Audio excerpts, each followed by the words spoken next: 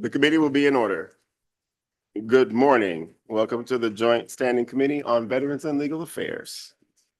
We have a light schedule of language reviews today and anything else that we choose to discuss. Before we start, we'll have committee introductions, starting on my right with Representative Graham. Thank you, Mr. Chair, and good morning. I'm Representative Annie Graham. I serve the people of North Yarmouth and majority of Gray, House District 105, and it's a beautiful sunny day. Good morning, I'm Representative Parnell Terry and I represent District 108 in Gorham. Hi, everyone. I'm Sharon Frost. I represent District 58 in central Maine here, and I have 6 wonderful towns: Belgrade, Rome, Mount Vernon, Vienna, Fayette, and New Sharon. Quentin Chapman, District 88, representing the working folks of Auburn, Maine. Good morning, David Boyer, District 87. I represent the individuals of Poland and Mechanic Falls. Good morning. I am Mark Mallon. I represent House District 133, which is part of the great city of Biddeford, and I hear the weather's going to get worse. Sean Faircloth, House District 24. Jeff Timberlake, don't forget Maple Weekends next weekend, District 17. Good morning. My name is Laura Supika and I represent District 22, which is a portion of Bangor. And I'm Craig Hickman. I represent Senate District 14, 12 municipalities in southern Kennebec County, including Winthrop, which I love. We have Michelle Hebert, who is handing out our language reviews as our clerk with us today. And of course, Ms. Rachel Olson, our analyst. And with that, I will turn it over to you, Ms. Olson, and let us know what we are looking at in any order you wish. Okay, good morning, everybody. We're gonna start with the final language reviews on pink. We're gonna start with 584, which is the first one handed out, probably at the bottom of your pile. And 584 is a minority report. This report, the majority was ought not to pass. The amendment before you is for Representative Boyer, Representative Chapman, and Representative Fredericks.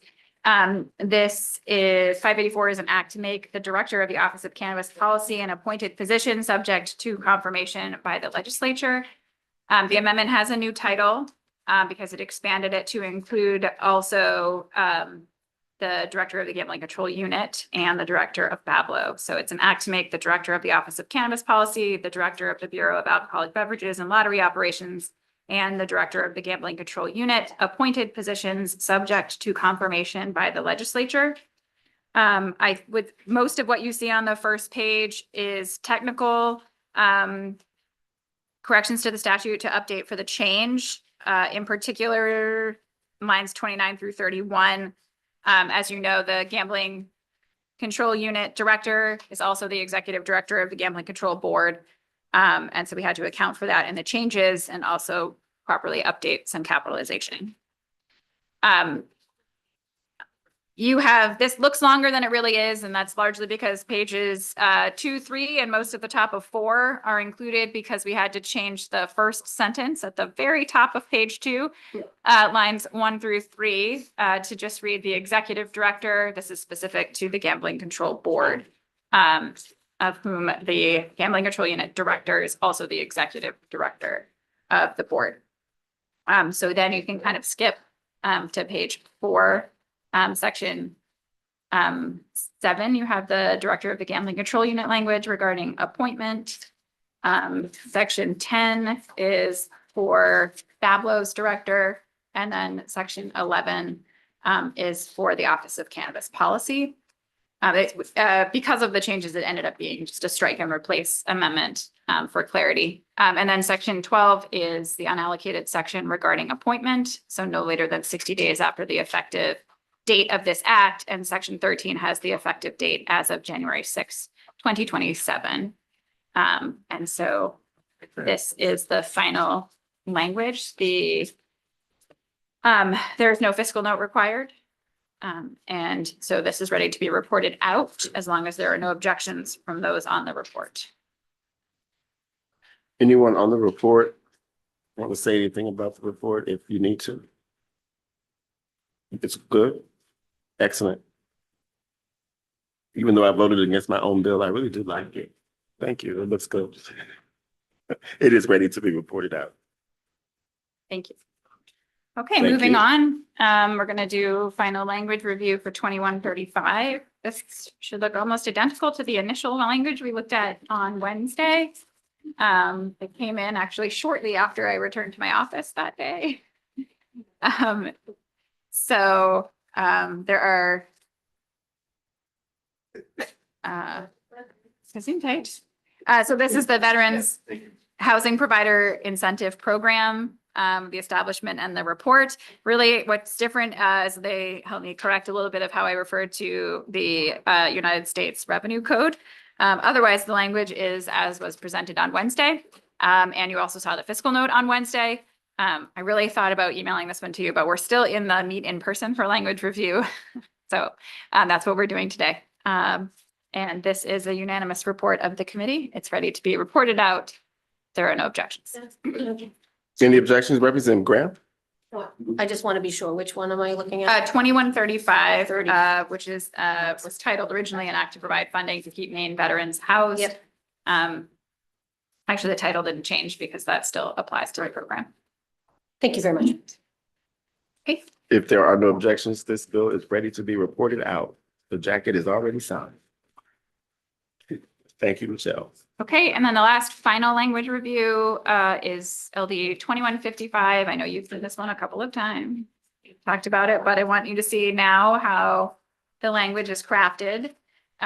When we talked about it on Wednesday, I had asked sort of about the intent to make sure we were properly drafting it based off of what we had viewed Yeah, 2155. previously, 2155, sorry.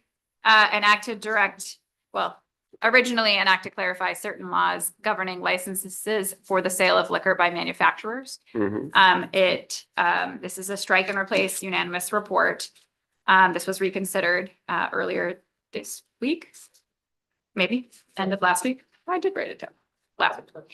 We have a new title, an act to direct the Bureau of Alcoholic Beverages and Lottery Operations to temporarily suspend enforcement of Public Law 25, Chapter 87. It has an emergency, which the emergency was slightly amended. The emergency preamble was slightly amended. You can see that here on line 16 through 23.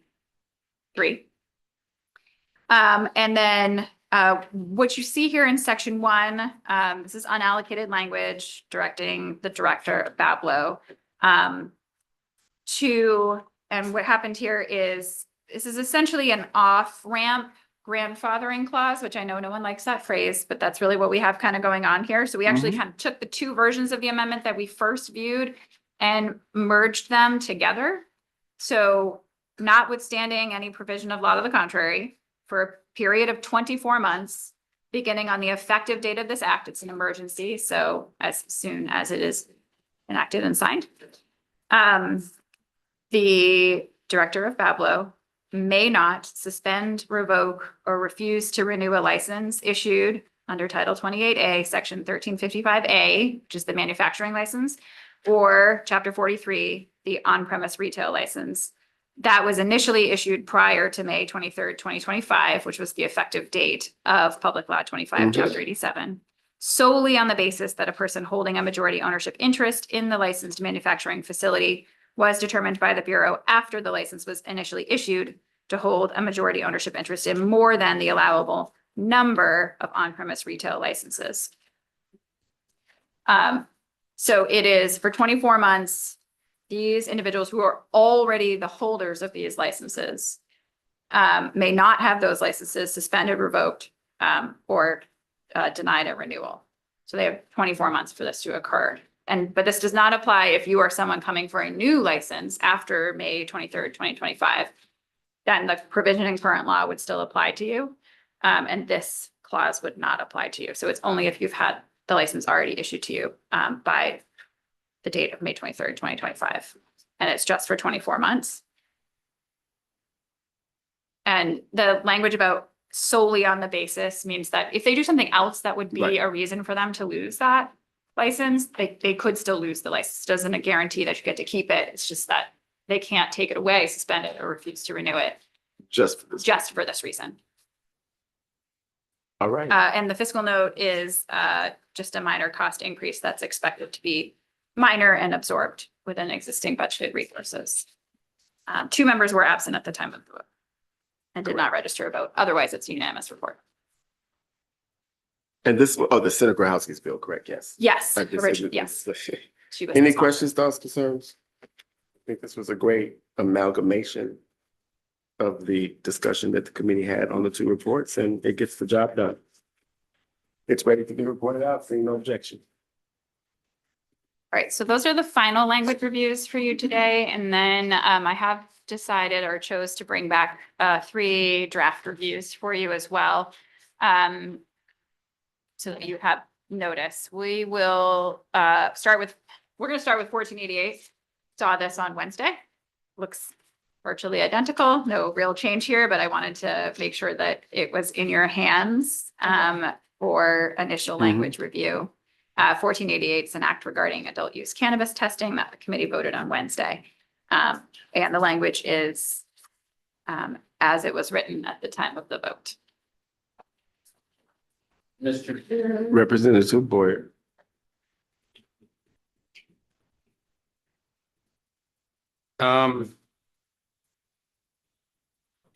I'd like to put emergency enactor on this. Oh, If we could reconsider and do that. this was unanimous, correct? Yeah. We should have been Yes, passed the last year voting and sheet is they on should have the- had the relief that they needed. So this could save them 90 days, I guess, or more.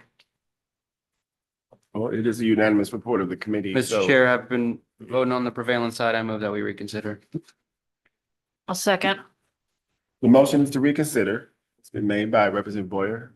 It's been seconded by Representative Topeka. Mr. Chair, All those Oh, in okay. favor of reconsideration, please indicate in the usual manner. It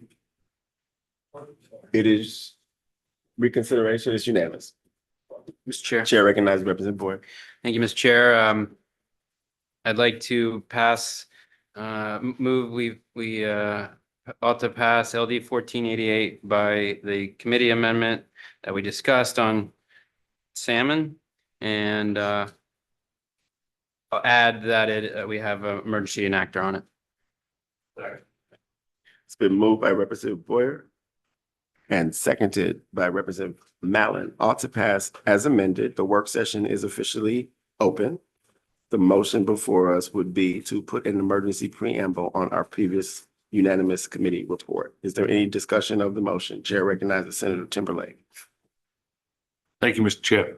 I don't have a problem with it, but my caucus may have a problem with it. But you've only got to get 3 of them to join you to get the emergency as long as you have all your people in your seat on your side. I just hate to see it go through and then go through the process and then we have to back it up. That's all. I appreciate you bringing that forward for our consideration. Any other thoughts on that? If we have to strip it, we'll strip it. But we may as well start this way because it's always better to strip an emergency than it is to add one. That's just my opinion. I'm good at this. Okay. Any other discussion of the motion? Ought to pass as amended. Madam Clerk, please call the roll. Thank you. Senator Doosan absent. Senator Hickman. Yay. Senator Hickman votes yes. Senator Timberlake. Yes. Senator Timberlake votes yes. Representative Graham. Yay. Representative Graham votes yes. Representative Terry. Yes. Representative Terry votes yes. Representative Frost. Yes. Representative Frost votes yes. Representative Chapman. Yep. Representative Chapman votes yes. Representative Boyer. Yep. Representative Boyer votes yes. Representative Supika. Yes. Representative Supika votes yes. Representative Himes absent. Representative Fredericks absent. Representative Fairclough. Yes. Representative Fairclough votes yes. Representative Mallon. Yes. Representative Mallon votes yes. 10 members of the committee having voted in the affirmative, none in the negative, with 3 members absent, the motion prevails. Absent members will have until Tuesday at noon to cast their votes in absentia on LD 1488. Chair, close the work Oh, session. and Oh, well, sorry. for clarity, Representative Boyer had said the reason was Oh, yes. because it was We, supposed to be. you know, we thought it would consent. pass last year, so they're behind the 8 ball and this is costing businesses money unnecessary and labor and That's why it's an emergency. Oh, that's right. This bill was recalled from the governor's desk, wasn't it? Yeah, okay. Does that work as an emergency plan? It does, yes. Okay, great, perfect. Chair, close the work session on LD 1488. Thank you. Excellent job. Um, And headache. then we will do 1365. This is draft. Draft language as well. This is LD 1365? Yes, which is an act to allow, well, originally an act to allow consumption of adult use cannabis in locally approved hospitality lounges. This is the minority report. The majority was ought not to pass. Those on the minority report include Representative Boyer, Representative Chapman, and Representative Fredericks. So the language is here. It's large, at this point, it's largely unchanged from what was voted upon. Except there was some clarification on page 1, sub paragraph 7. The phrasing is changed to regarding a municipality where the licensed cannabis store is located has authorized smoking at the cannabis consumption lounge. So that was pointed out by MMA as a conflict with the other way that was written later in a different section of the chapter. So the idea here being that the municipality has the ability to authorize smoking, they get to choose. And then to Representative Boyer's clarifying point, at the time of the vote, wanted to make it so that it was clear that a municipality could distinguish between the more traditional definition of smoking and then in statute, it's electronic smoking device, so a vaping baby. And so that language has been included here and in the other sections related to that. And then just, there was a question about smoking outside. So enclosed area is a defined term in Title 22. And it does mean that you have a floor and a ceiling. But the walls don't have to extend all the way from floor to ceiling. There's an ability for there to be a gap, I believe, of 4 feet. So you could have a covered outside pavilion essentially with some type of wall or barrier, visual barrier.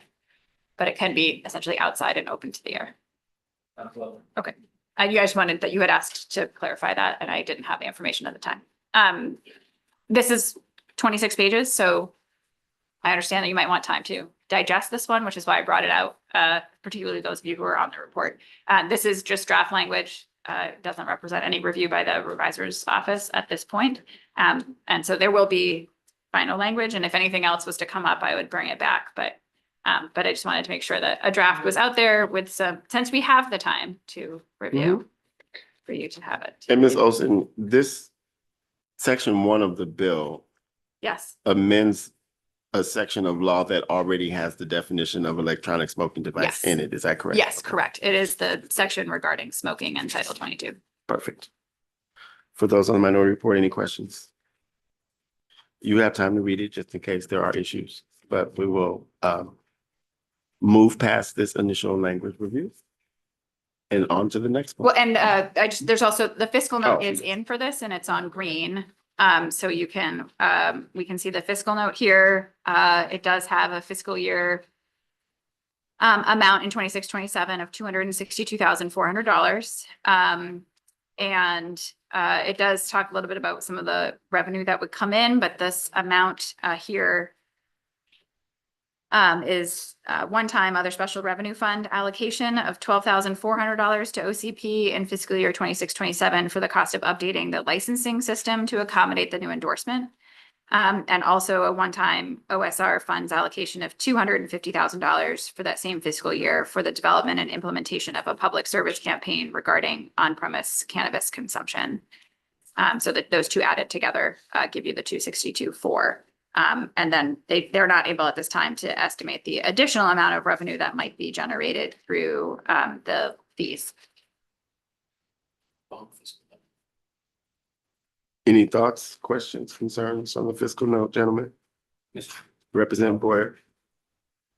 I guess I wish, they could take a guess at the revenue that would come in because of this new option and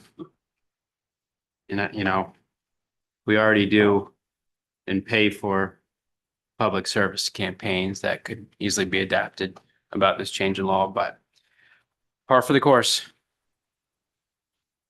Thank you. Any other thoughts?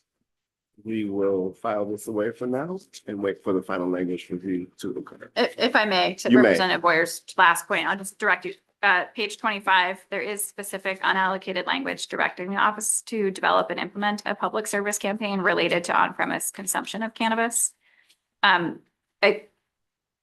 That could potentially be revised to make it so that it's a part of existing public service or that they have to incorporate it. I don't know if that would change the fiscal note in any way. I just wanted you to see that that's where that was specifically coming from, that language in the bill. Thank you. Thank you. That's helpful. I don't think it'll make a difference. Thank you. We will put a pin in this.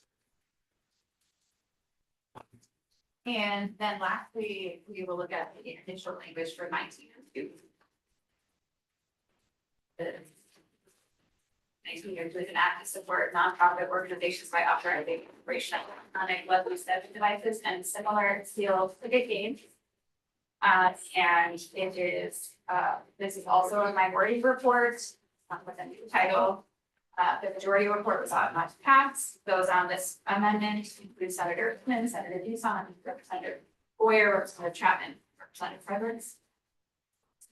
And what I wanted to point out is the new title is an act to authorize the operation of electronic sealed ticket games by certain qualifying fraternal, patriotic, or veteran organizations.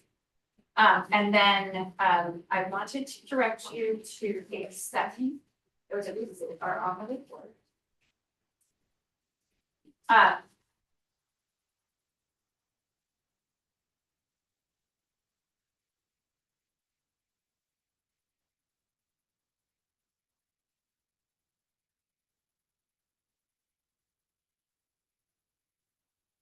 Background checks for the distributors of electronic sealed ticket game systems.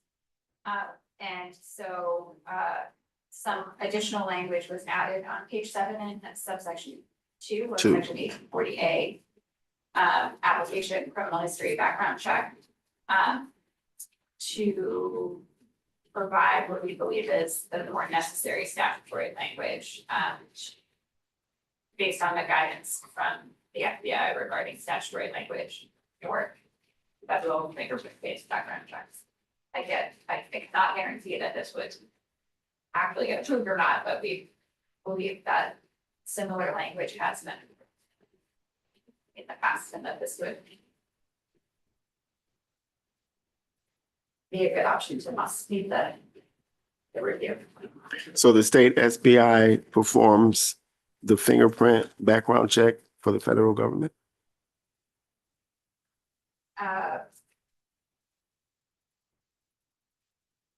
It is that organization. They go through the state bureau of identification. Okay. I don't know why that seems new to me for some reason, but we have other bills and other statutes, so I could just check myself. I guess I've never noticed that before. It must be the headache that I have. But okay. Because it is the resident manager, superintendent, or official representative. Okay.